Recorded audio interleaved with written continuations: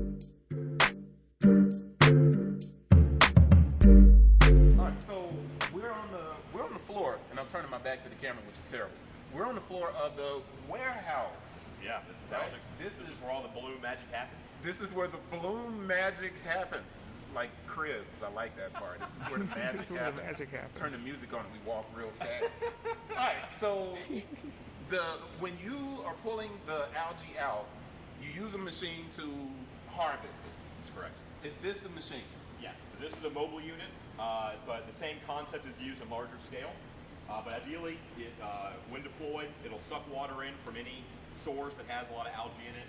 It goes into the main chamber where we coagulate the algae, we make it stick together, and then we use this air compressor and this big stainless steel cylinder here, this pump, to generate very small air bubbles. And those air bubbles separate the algae from the water, and the algae is concentrated, and the clean water is discharged back to the environment. So you'll see at the very end here, there's a pipe that goes out. That's the clean water returning to the environment, and then the algae is actually stored in the white cylindrical tank at the end. So this unit will do about 1,000 gallons of the finished product, which is the algae paste in this case. But it will actually clean about 250,000 gallons of water a day. Wow.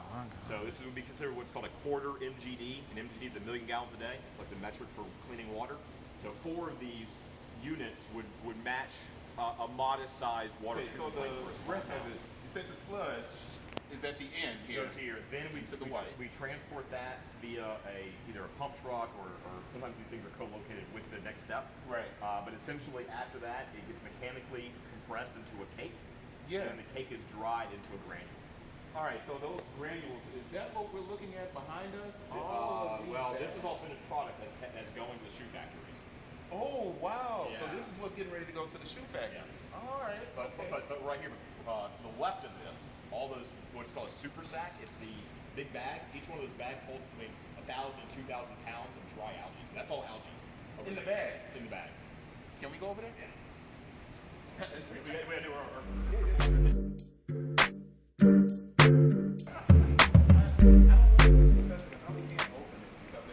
I've got one open over You got one open over there.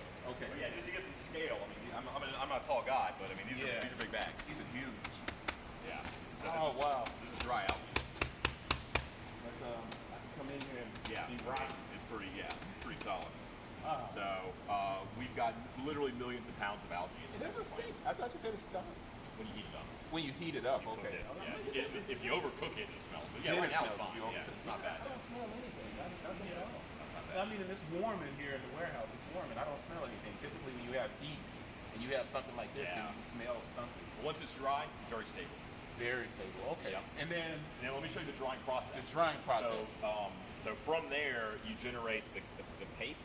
Right. There's an intermediate step that it's outside. It's basically they use mechanical forces to basically compress the algae into a cake. That Okay. squeezes the last bit of water out of it. That's easy to get to. Right. Then you got to dry it with heat. Okay. So what's the best way to do it? So we have a very interesting system that I'll show you now.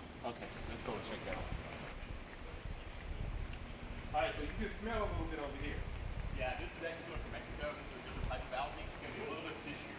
This is used to make omega, so you know fish oil? Yeah, It's fish a oil. supplement. So one of the challenges with fish oil is that fish oil, you harvest a bunch of fish, and it destabilizes an ecosystem because you're taking out the foundation of the food supply. Right. So there's also a lot of vegans in the world that don't want to have animal-based products, so there's an interest in making more sustainable fish oil. Okay. So this is one of actually my friend's companies that they grow algae. They produce omega-3 oil directly in the algae. They cut the fish right out of the process. In fact, Are you serious? In fact, the fish, the reason they have high levels of omega-3 oils is because they're eating algae. Because they're eating algae. So we said, let's just go to the source. So we grow the algae. They grow the algae in Texas and New Mexico. They harvest it, they dry it, they extract the omega-3 oils out of it, and they make a very high-quality food supplement. Right. That actually I had this morning. It's called Algix, the name of the brand. Yeah. IWI. And all the leftover material is the algae protein and minerals, stuff that we use. Is basically a waste product. They don't know what to do with it. They're going to throw it away. So it's looking like to me that algae, obviously I'm always looking at the sneaker industry side of things, so you can make shoes out of it. And for athletes, you can actually make supplements Make out food of supplements, it. yeah. So it makes perfect sense for a company like a Nike to come in and produce algae-based supplements for their athletes and footwear to match it. And that would be an interesting proposition, wouldn't it? Yeah, I think That's a pretty interesting concept. contact me. I'm the point of contact. This is super. So those big machines, Yeah, those so are let's talk the. about that. So this is really advanced system here. This is a 750,000 watt microwave dryer. So this uses high-powered, high-energy industrial microwaves to dry algae and sanitize it and purify it in a way that generates a dry granule that's perfect for making plastics.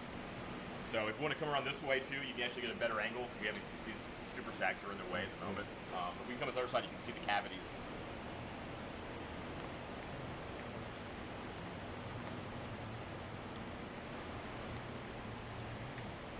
Oh, okay. We're going to the other side here. Look at that. Huh. Oh, they are just a giant oven. Giant ovens. So basically, you take the wet algae cake that gets compressed, you basically mechanically remove the water as much as possible. All the water that's left inside the cells, you can't mechanically squeeze out, so you have to use heat to dry it. So the first step is you put the paste in this loading system, which it screws it out as a thin sheet of this wet cake. So imagine looking like wet brownies going into an oven. So this whole thing goes in, and then the first step is you generate about 200,000 watts of high energy microwave that gets pounded into the algae right off the bat. So you can kind of look in here, and there's this Teflon belt that prevents water from going through, and there's these big blowers. So there's basically a lot of airflow in this cavity and high energy microwaves going in.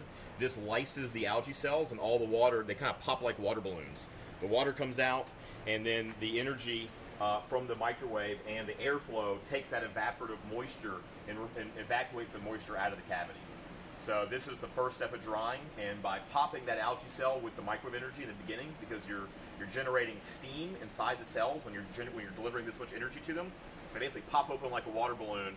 The water moisture leaves as steam, and that gets sucked out, and the dry algae gets left over, and it goes all the way down. And you can see this is just the first cavity. We've got 8 cavities here all the way down. So and by the time it gets to the very end, it gradually reduces the moisture level to where it's perfectly dry at the end. And we have a sensor at the very end of the unit that measures the instantaneous moisture of the outcoming product.